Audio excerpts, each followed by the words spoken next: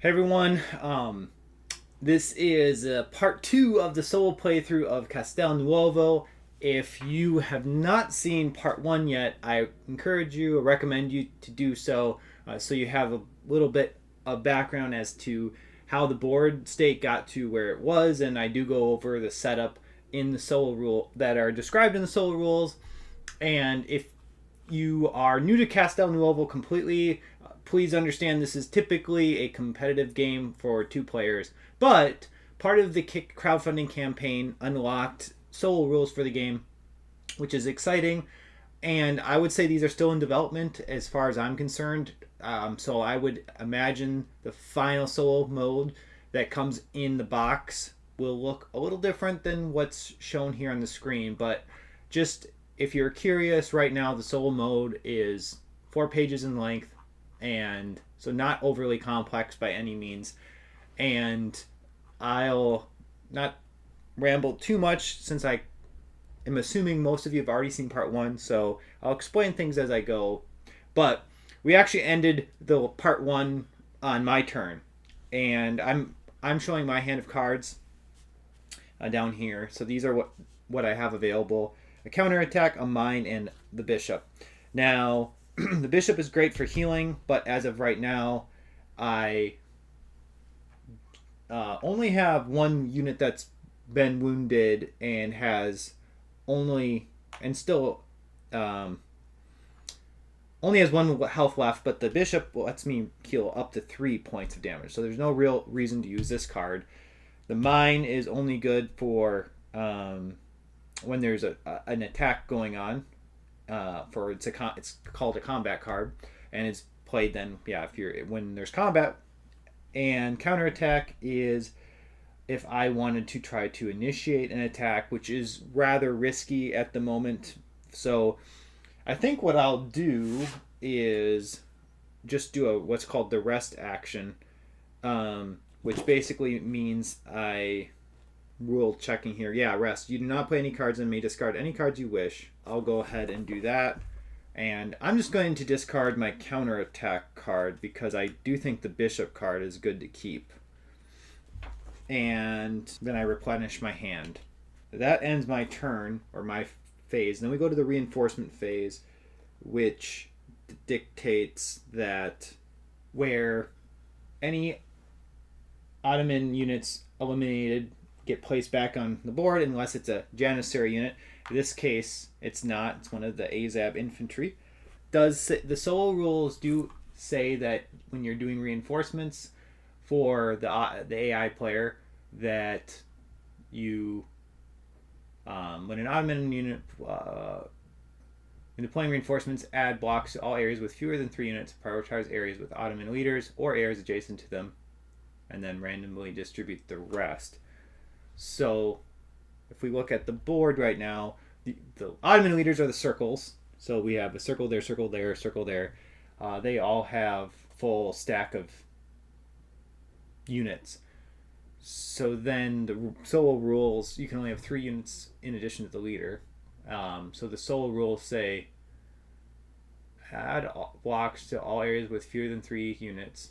For sake of just getting a unit on the board, I'm just going to say it goes there because I don't really know how to randomize this because it's just a mess. Well, in terms of randomization, I guess I could say, because to me that rule implies it could go there, there, there, there, there. These are all adjacent areas to the leader there, and then all these areas. So it's just like 7. I could roll a die, obviously, but we'll just do that. Okay. So then the rules say in the normal game, the Ottoman player gets to choose at the start of a. Oh, first of all, we go down to round 4. Now we're on round 4. And this is kind of the solo. In the solo mode, this is your time track. There really isn't one in the normal game, but the solo rules dictate that the Ottoman player, or the AI player, the Ottoman AI player, determines what type of round the next round is going to be, and it's either going to be a siege round or an assault round. And you roll a die, I can guarantee you that it's not going to be an assault round, even if I roll a 5 or 6, because these conditions are not these conditions are not met. There's not 2 or more breaches in the city walls, and there are not 6 or more Ottoman, blah, blah, blah. So, therefore, it will be just a siege round. Then we go ahead and draw 4 cards for the AI player.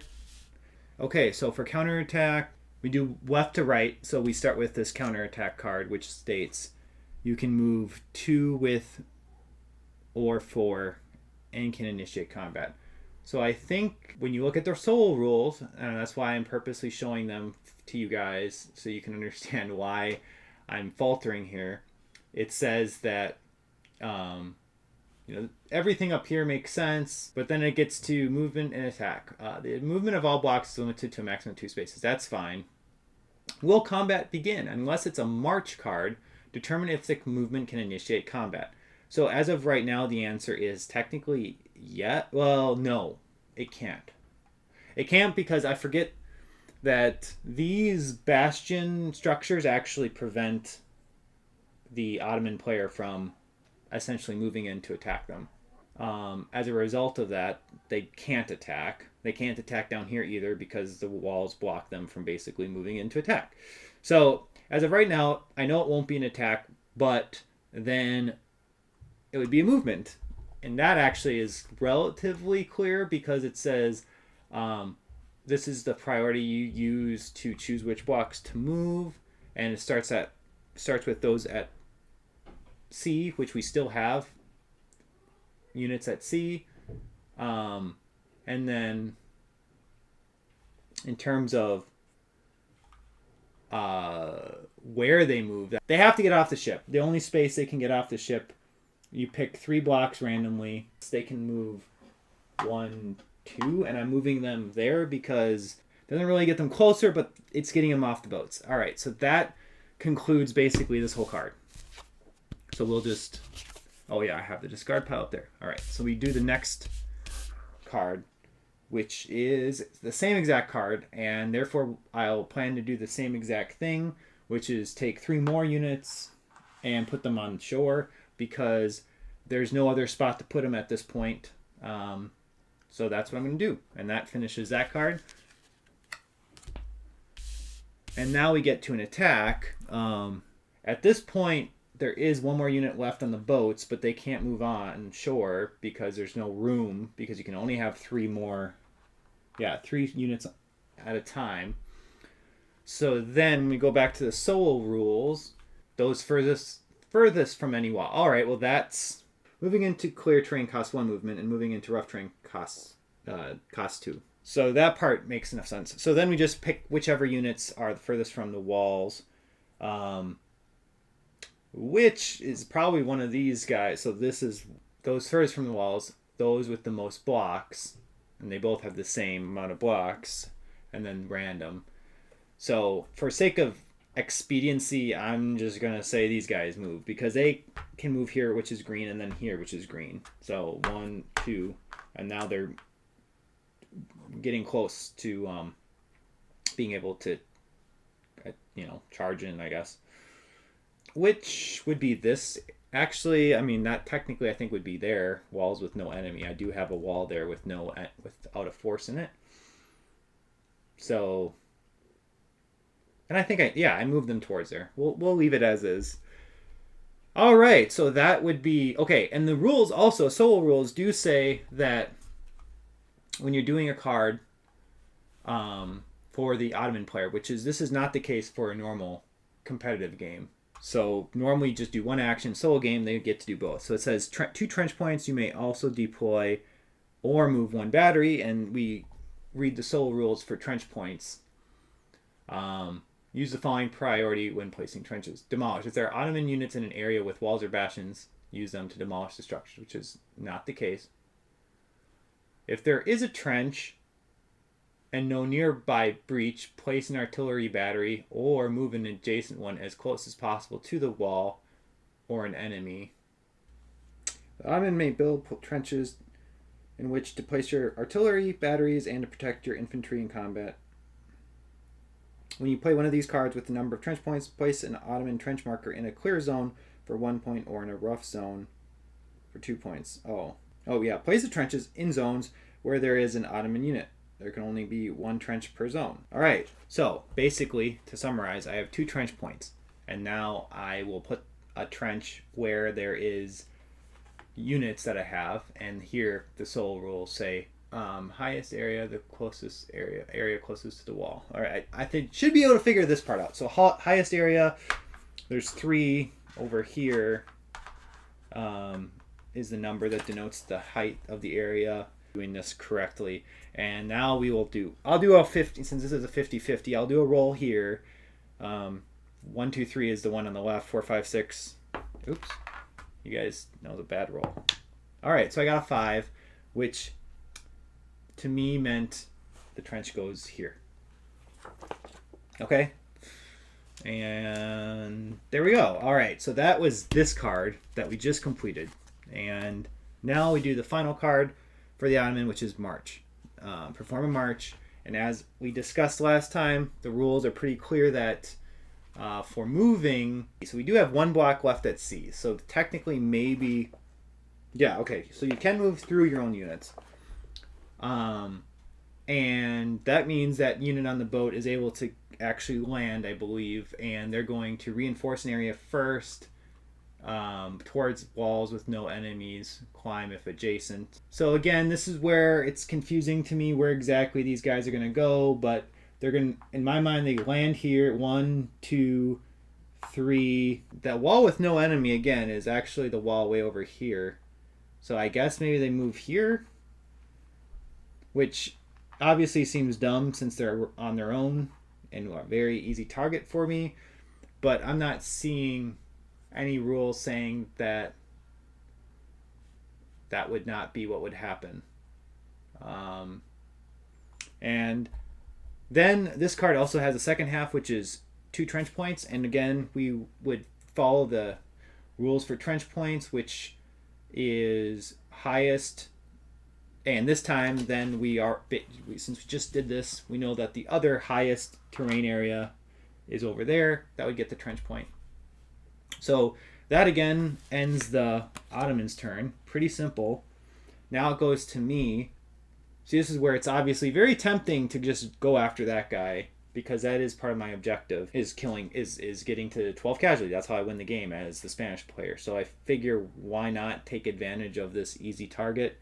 So I'm going to, problem is then I'm leaving that space, but I'm going to do it because why not? So we'll say I'm playing my counterattack card, which says I can initiate combat basically. Actually, first of all, I think the Ottoman player draws a card to see if it's combat benefit. It is. At the end of the battle, you lose 3 power of your AZAB units.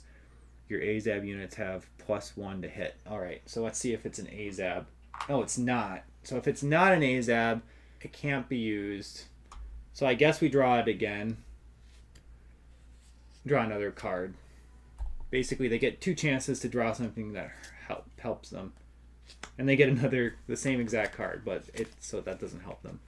All right, so now have a combat roll-off, and honestly, I didn't want it to be the Janissaries for them because they're kind of an annoying unit to deal with from a combat priority standpoint. So we're right now, oops, I'm wanting to show this. We're following this procedure. Combat cards from both sides. So I could play combat card if I wanted to. I'm going to go ahead and play my fire devices card, which says play inside or adjacent to a zone with a wall, which over here I am adjacent to a zone with a wall, which gets me 3 red dice, and I think that's worth it. So I get to roll 3 red dice right away, and these casualties take effect right away, and I'm hitting on a 5 or 6. I got 1 hit, and that makes me happy. I did something, because then we automatically get to rotate 1 for the Janissaries. Okay, so going back to this combat priority, now it's pikemen if enemy cavalry is present, but there's none, so we go to 2 cavalry if enemy pikemen are present.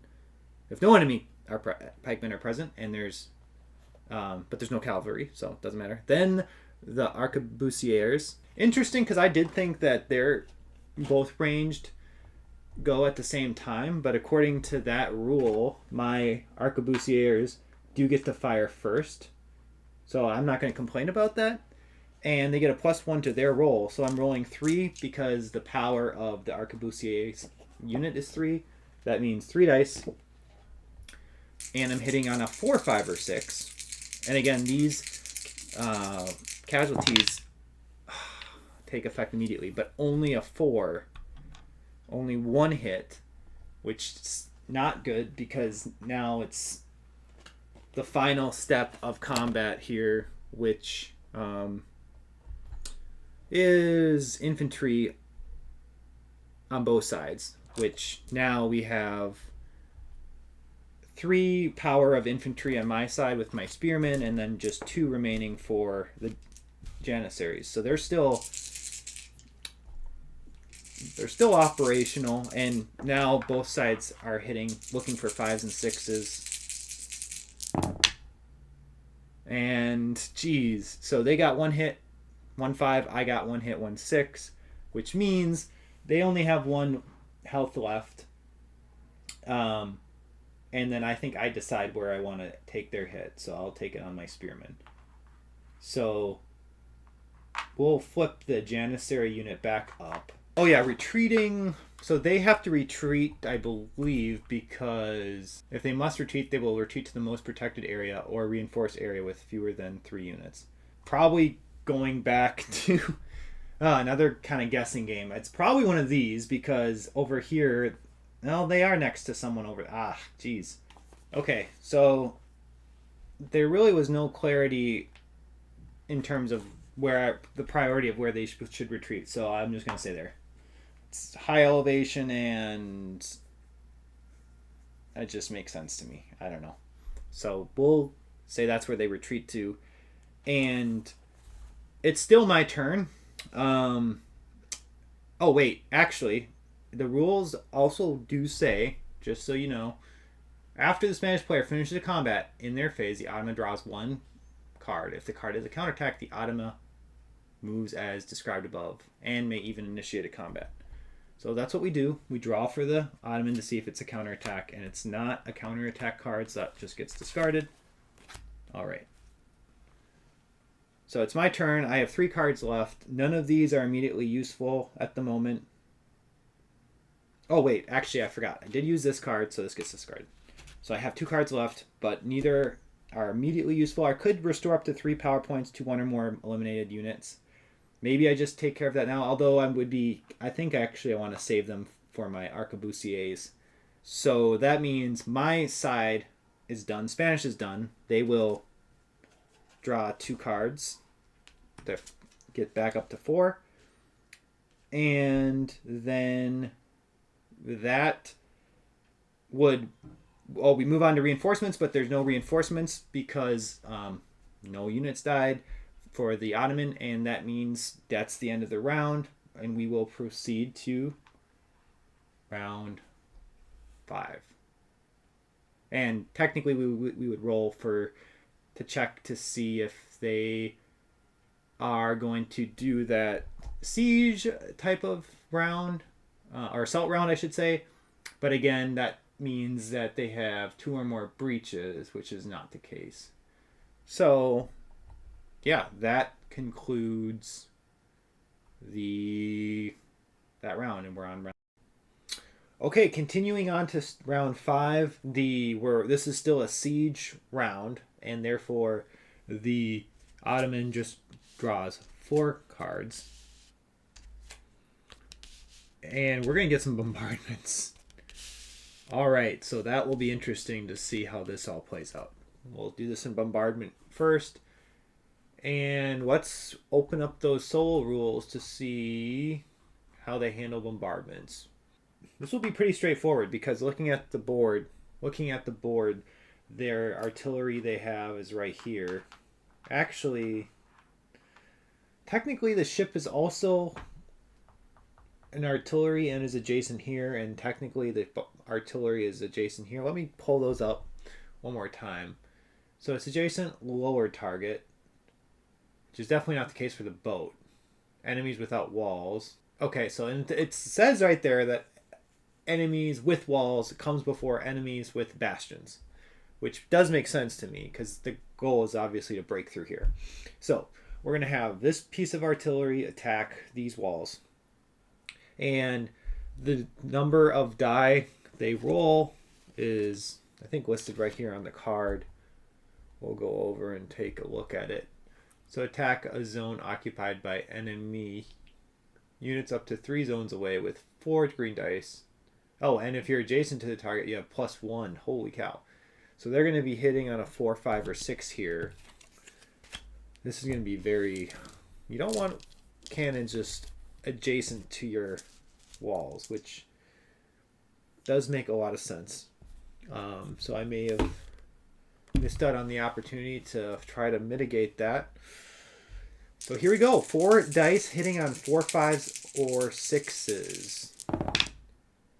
And only 1 hit. Holy cow. We lucked out there big time, because 1 hit only means we have to remove 1 wall, and there's still then a wall there to protect this space. So that's a pretty good outcome. However, and that concludes this card. However, we immediately go back to another bombardment card. And this will be the same exact situation. Same cannon shooting at the same wall, looking to get the same results. Still very lucky. Wow. Okay.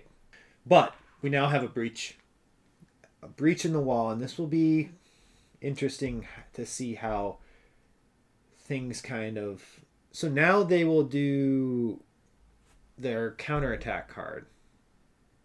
And we're going to have to look at the priority here, because... So, reading here, it says... Automa will always have at least 1 unit to defend a target area of the city or the artillery batteries when it moves, which automatically, to me, and it will only ever attack with 3. So that means that, to me, it's not going to want to attack with these guys. It would have to leave at least 1 behind to protect the artillery, and it says it never will attack with 2. So unless it's going after 1, and I have 2 blocks here. So we're going to say these guys don't do anything. And that being the case, so I think what actually will happen here, which is not good for me and was my own fault, is that these guys, well, it could be these or these. Now I have to check which ones to see if it says enemy. These guys have the leader that gives them a +1 for their Janissary roll. So I'm going to assume they use that guy. So they're going to go 1, 2, because they can move up to 2 spaces. And now we do their card draw.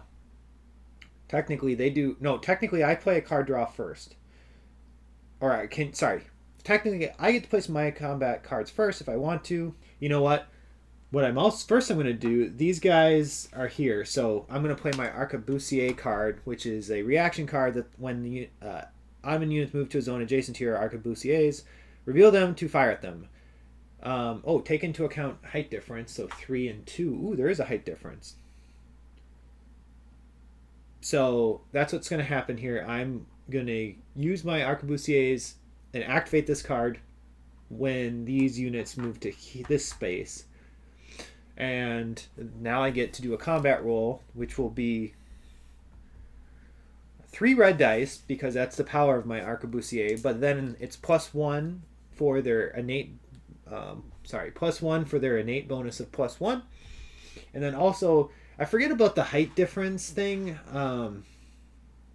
Normally that doesn't matter in combat because you're fighting in the same space, but because of the fact that this is an area away from the Arquebusier card. Okay, so they are going to get +2 technically to this die roll, meaning they hit on a 3, 4, 5, or 6. Alright, well, at least they got 2 hits. And I don't know. There's 2 Azab and 2 Janissary, 1 Azab. So I guess 1 goes to the Azab, and then 1 damage goes to one of their 2 Janissaries. All right, but this is going to be actually a little. I'm not gonna like this. So only 2 hits, and they're gonna come rolling right down now into 3 power Azab unit, and then a 3 power Janissary and a 4 power Janissary. And then they have this leader that gives the Janissary units a +1 to all their die rolls. So that's 7 dice with a +1 modifier. I, of course, have no benefit in my space.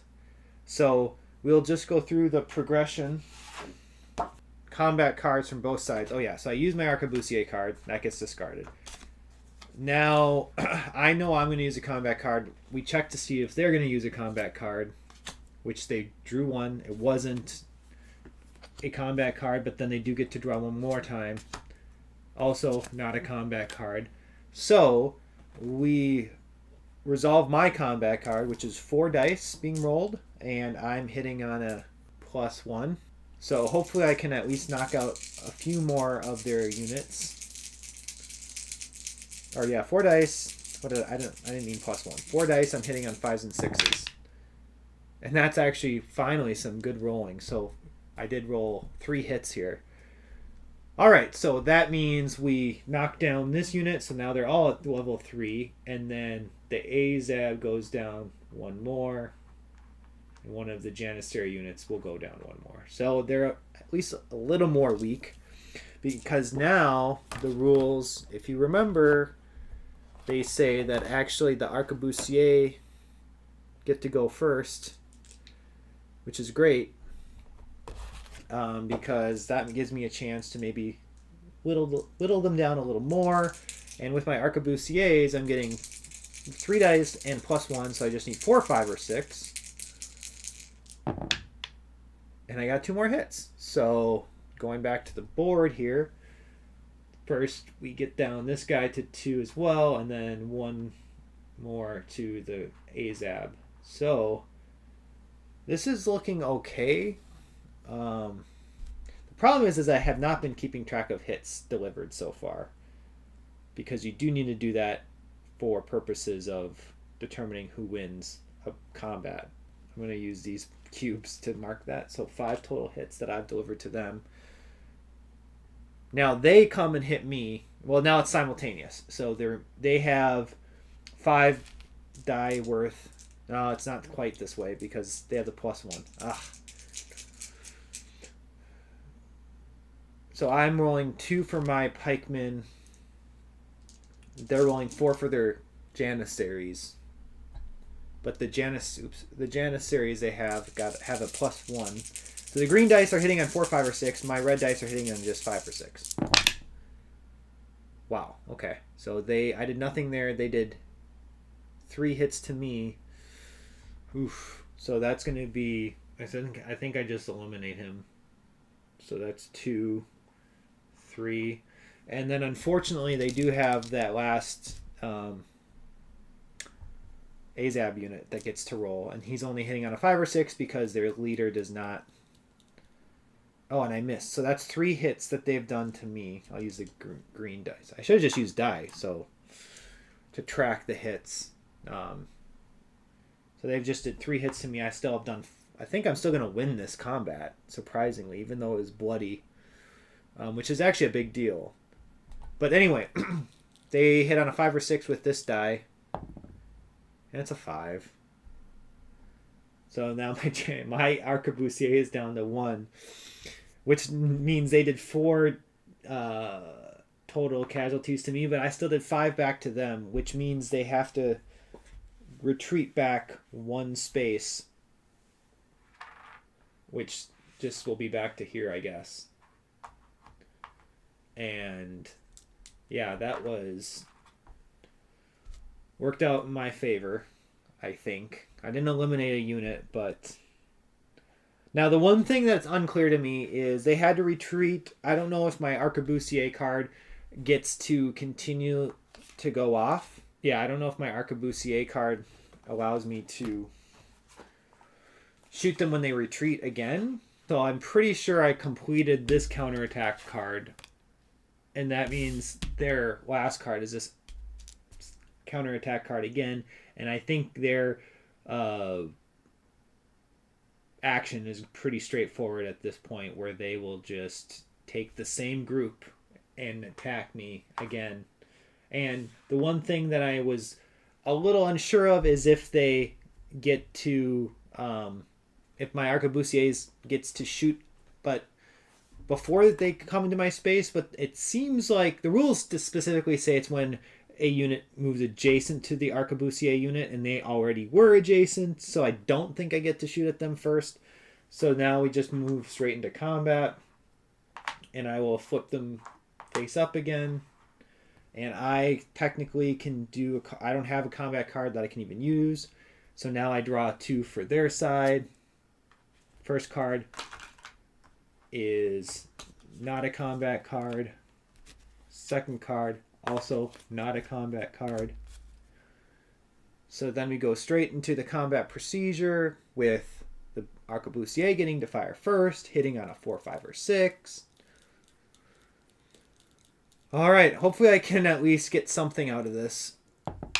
And I get 1 hit. That's all I can do. So I'm happy that this time it'll be a little easier to remember, but I'll put out 1 hit for me just as a just so I can remember. And then we'll go back, we'll do those 4 Janissary units that are still alive. They're hitting on a they're hitting on 4, 5, or 6 thanks to their leader. And they got 2 hits, which is more than enough because they just needed the 1.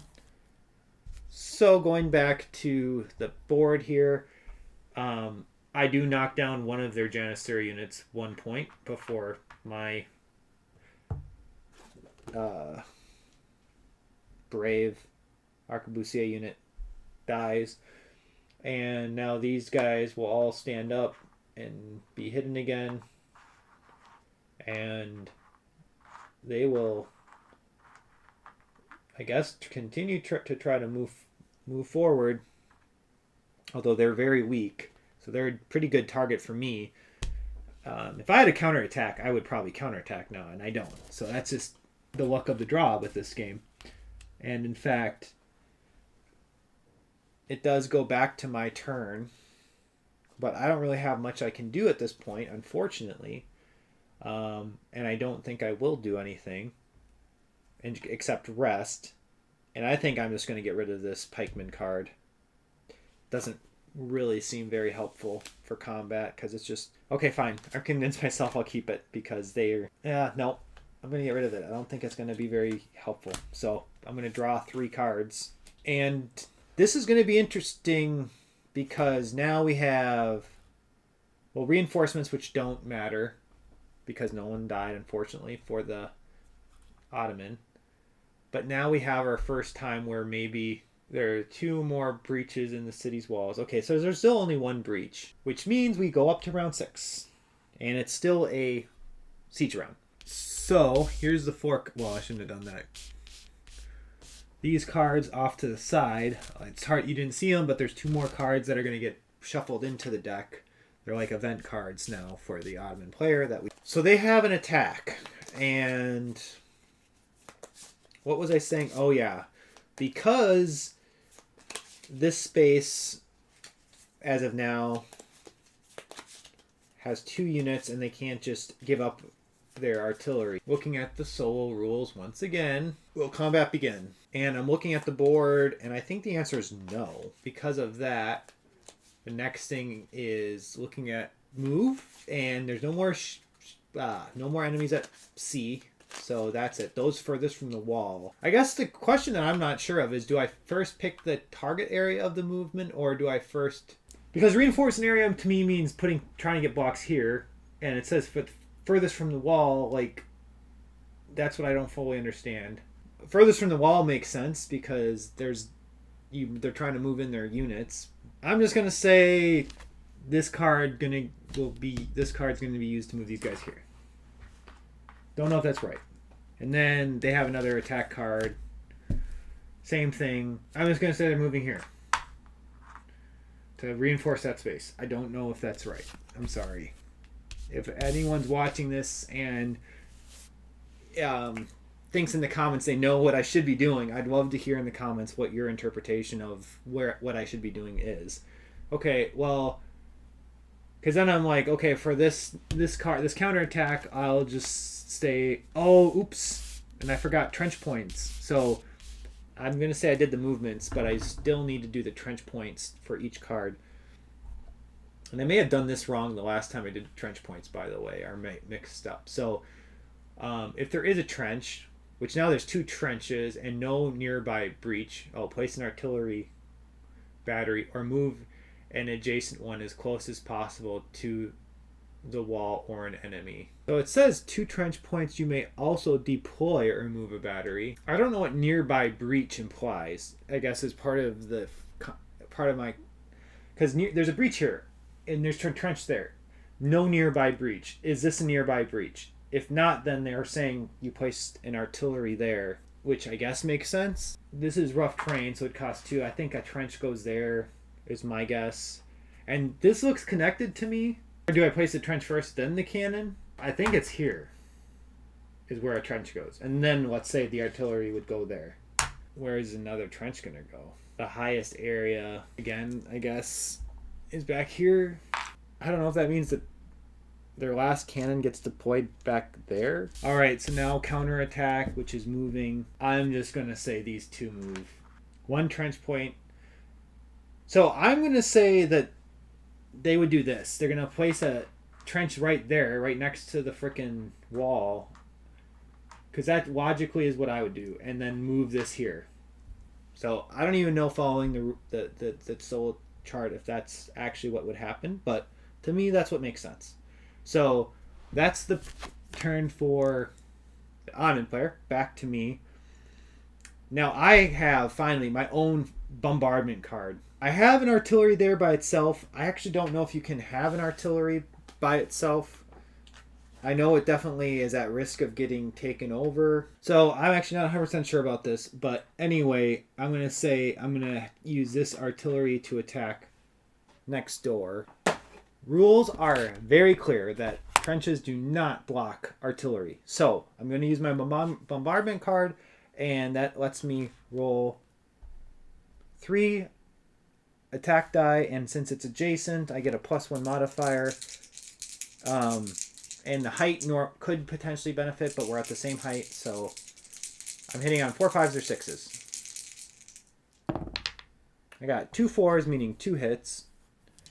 And if we back out at the map, I would flip these over, or I would have to look at them if you can't remember what they had. So the 2-point Janissary would go down, and then they'd take their first loss here with this AZAB. So they go down to 2 casualties, so I'm that much closer to winning.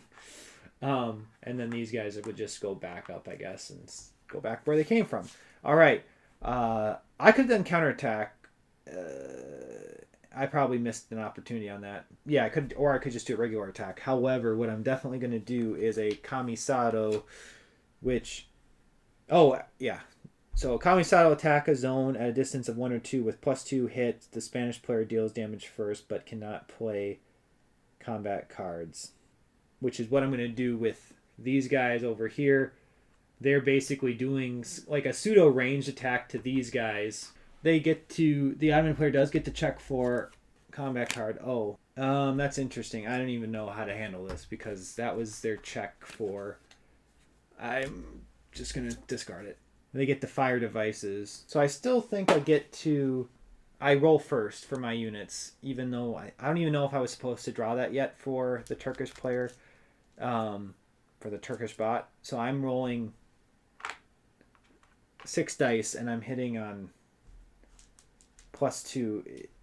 I basically killed them. I don't think this... Yeah, okay. Well, it's actually not as good as a roll, but if the trenches help here in the Kamisado or not. I still think arquebusiers are hitting on a 4-5, a 2-4-5 or 6 because it's +2 and then +1. Yeah. Okay. So I still think I killed them because even with the trenches, I think the trenches still maybe soak up the 2 hits. So I'm saying I eliminated both of these Janissary units. And that's 2 more notches on the track. And also their leader dies, which I don't think gets me another notch. But these guys didn't move. I don't know if they still do the fire devices since they're eliminated. So I'm just going to say that doesn't actually happen and that gets discarded. So that was my Commissariat card. And they get to counterattack, I think, maybe, if they draw one, but they didn't. So that's just going to get ignored. I have the counterattack card that I could still play here. I don't think it makes sense at the moment, though, because I'm in a pretty good spot. And then the bishop right now doesn't actually have a lot of value to play, but it's still worth keeping. So then that will end. I'll end my phase there. And then draw 2 cards. 2 more counterattack. Jeez, and I have 3 counterattack cards. And then that would be the end of this round because there's... Oh, no. They would do reinforcements, which... The Janissary units I killed don't come back, but the Azab unit does. And it says reinforces a leader, otherwise adjacent to a leader. Oh, actually, technically, the adjacent to leader is back there. So I guess maybe there. And I'm going, since this is now getting to be a very long... It's already 2 parts now, and this session's taking a while. I'm going to stop here because I think this does a good... These last couple hours now of this solo play session have given a good idea of what the solo mode looks like as of now. The other important thing that will change is this board. The artwork for the board. You can check out the Kickstarter campaign if you're curious what the board will look like. Just to clarify, this campaign did end it. I assume at some point there will be a late pledge that anyone can get on. This game will eventually hit retail as well. So just because the crowdfunding campaign is over doesn't mean you will never be able to get this game.